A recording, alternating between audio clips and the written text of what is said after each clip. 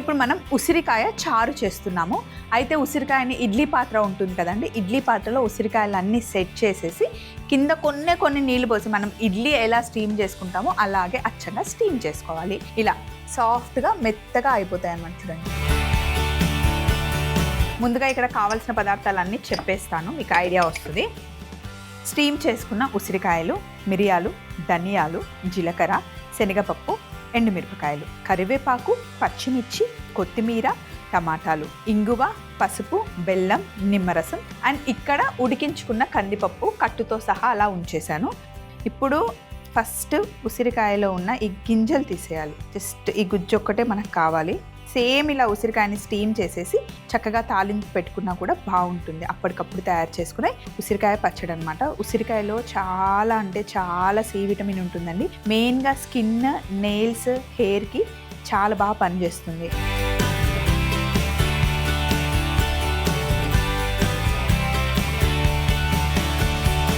ఇలా జస్ట్ ఇలా అనేస్తే వచ్చేస్తుంది.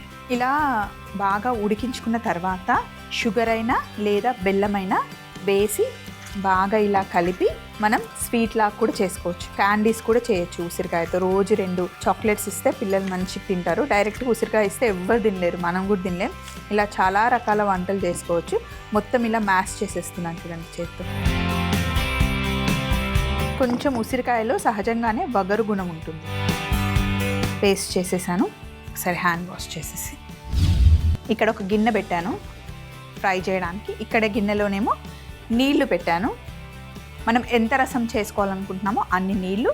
ఇందులో ఒక టమాటా సన్నగా కట్ చేశాను. కొంచెం పసుపు, తాలింపుకి కొంచెం ఉంచి ఇంకొంచెం ఇందులో వేస్తున్నాను. అలాగే ఉప్పు. ఇందులో మనం చింతపండు వేయం, టమాటా, కొద్దిగా నిమ్మరసం వేస్తాం. ఉసిరికాయ పుల్లగా ఉంటుంది, వగరుగా ఉంటుంది కాబట్టి 2 పడతాయి.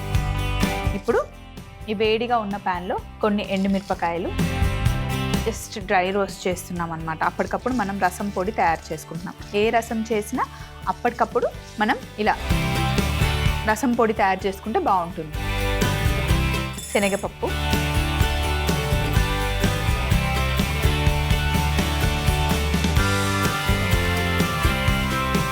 కొద్దిగా మిరియాలు, ధనియాలు,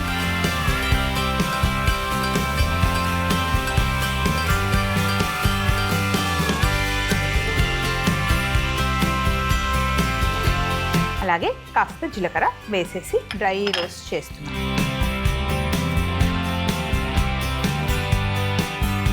స్టవ్ ఆఫ్ చేసేసి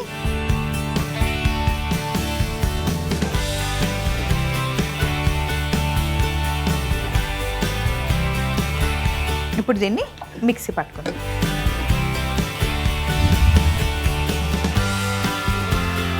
ఇలా పౌడర్ చేసేసుకోవాలి.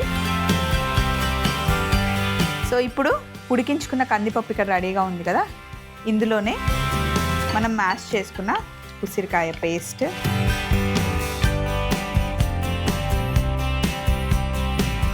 అలాగే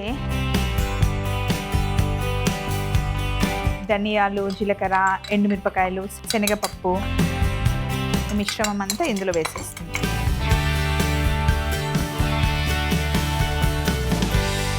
అలాగే 1 స్పూన్ బెల్లం బాగా మిక్స్ చేసేయండి.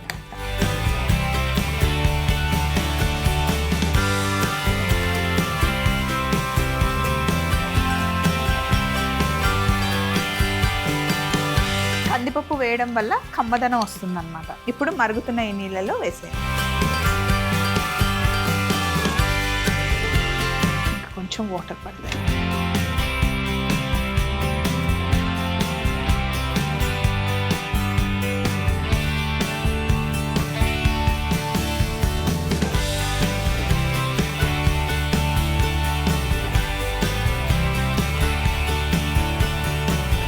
ఇది బాగా మరిగించాల్సిన అవసరం లేదు, జస్ట్ మనకు ఒక ఉడుకొస్తే సరిపోతుంది.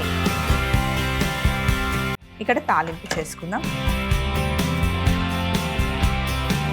పొయ్యి మీద ఉన్న ప్యాన్లో కాస్త నూనె వేసుకోండి.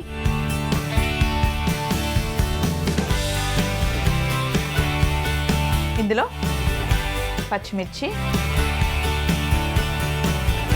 కరివేపాకు వేసి ఫ్రై చేసుకోవాలి.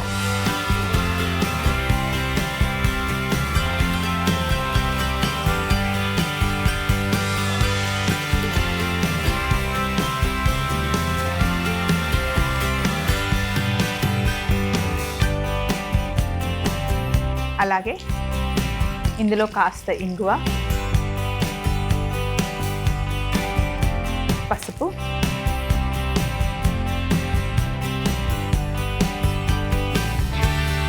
జీలకర్ర ఆల్రెడీ పొడిలోనే వేసేసాను. ఆవాలు అవి ఏమీ నేను వేయట్లేదు. కానీ మీకు జీలకర్ర, ఆవాలు అలా వేసుకోవాలి అనుకుంటే తాలింపులు యాడ్ చేసుకోవచ్చు, ఇంకా మీ ఇష్టం. ఎండుమిరపకాయలు కూడా వేసుకోవాలి అనుకుంటే వేసుకోవచ్చు.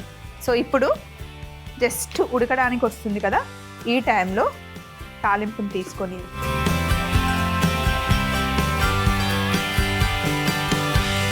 చారులో తాలింపు వేసేసి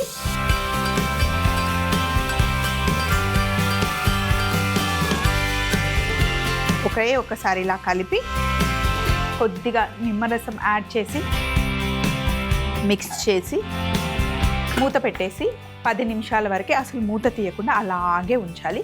తర్వాత ఓపెన్ చేసి కొత్తిమీర వేసుకుంటే అద్దరిపోయే ఉసిరికాయ చారు రెడీ అవుతుంది. సో ఒక 10 మినిట్స్ తర్వాత ఇలా మూత ఓపెన్ చేసి అప్పుడు కొత్తిమీర యాడ్ చేసుకోండి. అద్దరిపోతుంది. గ్లాస్లో పోసుకొని తాగేయచ్చు హ్యాపీగా మీరు. ఉసిరికాయ చారు రెడీ.